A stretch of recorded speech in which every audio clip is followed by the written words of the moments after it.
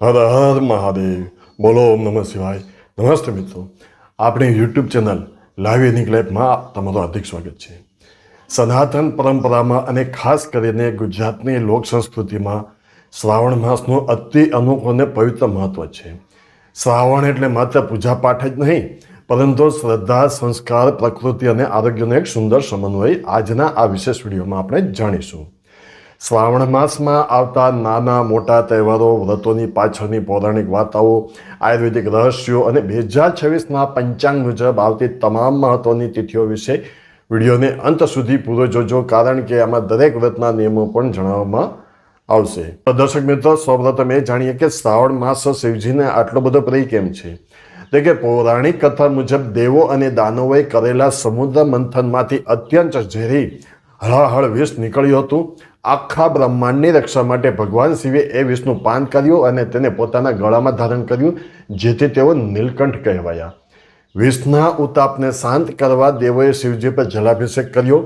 આ ઘટના શ્રાવણ માસમાં ઘટી હોવાથી સમગ્ર માસ દરમિયાન શિવલિંગ પર જળ, દૂધ અને બીલીપત્ર ચડાવવાનો મહિમા ત્યારથી શરૂ થયો છે. ધાર્મિક મહત્વની સાથે શ્રાવણનું આયુર્વેદિક વિજ્ઞાન પણ બહુ ઊંડું છે. શ્રાવણ ચોમાસાની ચરમસીમાએ હોય છે.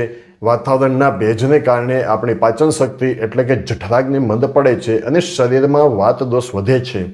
આથી જ આપણા ઋષિ મુનિઓએ શ્રાવણમાં ઉપવાસ, એકટાણા અને સાત્વિક આહારની વ્યવસ્થા ગોઠવી છે, જેથી શરીર રોગમુક્ત રહે. હવે મિત્રો, ક્રમબદ્ધ રીતે શ્રાવણ સુદ પક્ષમાં એટલે કે અંજવાળિયામાં આવતા તહેવારો વિશે આપણે વિગતવાર સમજીએ. દર્શક મિત્રો, આપણે તારીખ વાઇઝ જોઈશું એટલે આપણે વ્યવસ્થિત સમજાય. તો કે 12મી ઓગસ્ટના દિવસે દિવાસો અને અમાસ, શ્રાવણ શરૂ થવાના આગલા દિવસે એટલે કે અષાઢ વદ અમાસ એટલે કે અષાઢ મહિનાનો છેલ્લો દિવસ, એને આપણે દિવાસો કહીએ છીએ અને ઉજવીએ છીએ. આ દિવસે દીવાની પૂજા કરીને ઘર અને મનને શુદ્ધ કરવામાં આવે છે. ત્યારબાદ શ્રાવણ સુદ એકમથી પવિત્ર શ્રાવણ માસનો પ્રારંભ થાય છે. તો મિત્રો, આવતા શ્રાવણ મહિનો 13મી ઓગસ્ટના દિવસે શરૂ થાય છે અને 14મી ઓગસ્ટના દિવસે પ્રથમ જીવંતિકા પૂજન એટલે કે પ્રથમ શુક્રવાર, સંતાનની રક્ષા અને દીર્ઘાયુ માટે માતાઓ શ્રાવણના શુક્રવારે આ વ્રત કરે છે. વ્રત કરનારે આ દિવસે ખાસ લાલ વસ્ત્રો ધારણ કરવાનો હોય છે અને પીળા રંગના વસ્ત્રો કે ઘરેણાંનો ત્યાગ કરવાનો હોય છે. માતાજીને સાકરવાળો ઘઉંનો શીરો કે લાપસી ધરવામાં આવે છે. ત્યાર પછી જે 15મી ઓગસ્ટ કે જે આપણે ભારત દેશ આઝાદ થયો તેનો સ્વાતંત્ર્ય દિન અને હરિયાળી ત્રીજ તરીકે ઉજવવામાં આવે છે. 16મી ઓગસ્ટના દિવસે વિનાયક ચતુર્થી અને વીરપસલી વ્રતનો પ્રારંભ થાય છે. 17મી ઓગસ્ટના રોજ પ્રથમ શ્રાવણ સોમવાર અને નાગપંચમી, શ્રાવણનો દરેક સોમવાર અતિ પવિત્ર ગણાય છે. ભક્તો આ દિવસે નિર્જળા કે ફળાહારનો ઉપવાસ રાખી શિવલિંગ પર જલાભિષેક, દૂધ અને બિલપત્ર ચડાવવામાં આવે છે. આ દિવસે નાગપંચમી એટલે કે સુદ પક્ષની નાગપંચમી મનાવવામાં આવે છે. નાગ દેવતાની પૂજા કરવાનો આ પવિત્ર દિવસ છે. પ્રકૃતિ અને ખેતીના રક્ષક એવા નાગદેવને દૂધ, ધાણી અને રેવડી ચડાવી નવનાગ સ્તોત્રનો પાઠ કરાય છે. 18મી ઓગસ્ટના દિવસે પ્રથમ મંગળા ગૌરી વ્રત અને રાંધણ છઠ એટલે કે સુદ પક્ષની છે. શ્રાવણના મંગળવારે મહિલાઓ અખંડ સૌભાગ્ય અને પતિના દીર્ઘાયુ માટે મંગળા ગૌરીનું વ્રત પણ કરે છે. 19મી ઓગસ્ટ એટલે કે શીતળા સાતમ સુદ પક્ષની છે. 21મી ઓગસ્ટના દિવસે બીજો જીવંતિકા શુક્રવાર.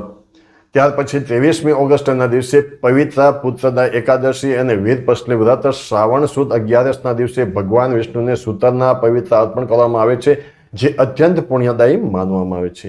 25મી ઓગસ્ટના દિવસે મંગળા ગૌરી વ્રત. 27મી ઓગસ્ટના રોજ વ્રતની પૂનમ અને નાળિયેરી પૂનમ. સાગર ખેડુ ભાઈઓ સમુદ્રને નાળિયેર અર્પણ કરી નાળિયેરી પૂનમ ઉજવે છે.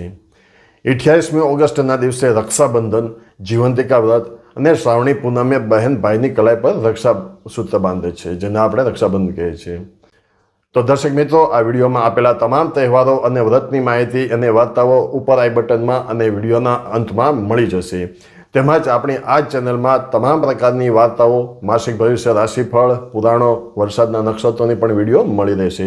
તો મિત્રો, આ ચેનલ લાઈવ યુનિક લાઈફને સબસ્ક્રાઈબ કરવાનું ભૂલતા નહીં અને બીજાઓ સુધી વિડીયોને અવશ્ય શેર કરો.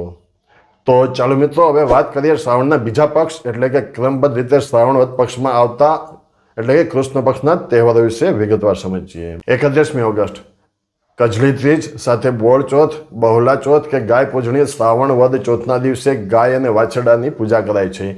આ દિવસે શાકભાજી કે ફળ કાપવા માટે છરી કે સુડીનો ઉપયોગ કરવો વર્જિત છે. 1 સપ્ટેમ્બરના રોજ પાંચમનો ક્ષય છે એટલે ચોથને દિવસે નાગપાંચમ થાય છે. સૌરાષ્ટ્ર અને કેટલાક વિસ્તારોમાં જન્માષ્ટમી પહેલાં વદ પક્ષમાં ફરીથી નાગપંચમી, રાંધણ છઠ અને શીતળા સાતમની લોક પરંપરા ઉજવવામાં આવે છે.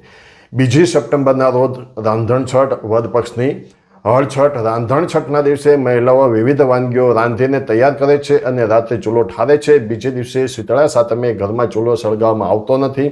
આ દિવસે શીતળા માતાને કુલેરનો ભોગ ધરાવી આખો પરિવાર વાસી અને ઠંડુ ભોજન ગ્રહણ કરે છે. જ્યારે 3 સપ્ટેમ્બરે શીતળા સાતમ એટલે કે વદ પક્ષની શીતળા સાતમ છે.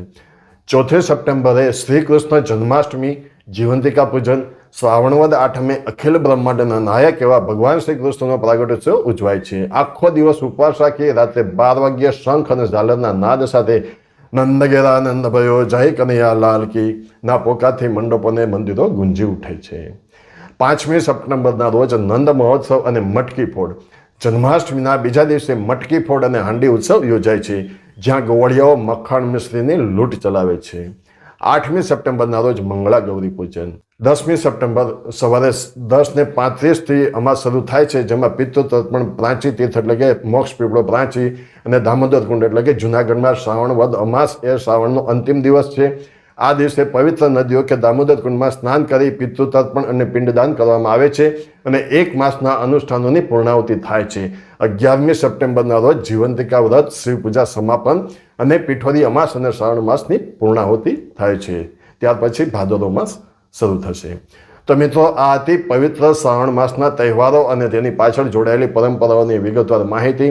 જો તમને આ વિડીયો ગમ્યો હોય તો તેને લાઇક કરો અને તમારા પરિવાર અને મિત્રો સાથે શેર કરો અને આવી જ ધાર્મિક તેમજ સાંસ્કૃતિક માહિતી મેળવવા માટે અમારી ચેનલને સબસ્ક્રાઈબ કરવાનું ભૂલતા નહીં. તમને અને તમારા પરિવારને પવિત્ર શ્રાવણ માસની હાર્દિક શુભકામનાઓ. બોલો ઓમ નમઃ શિવાય. હર હર મહાદેવ. હર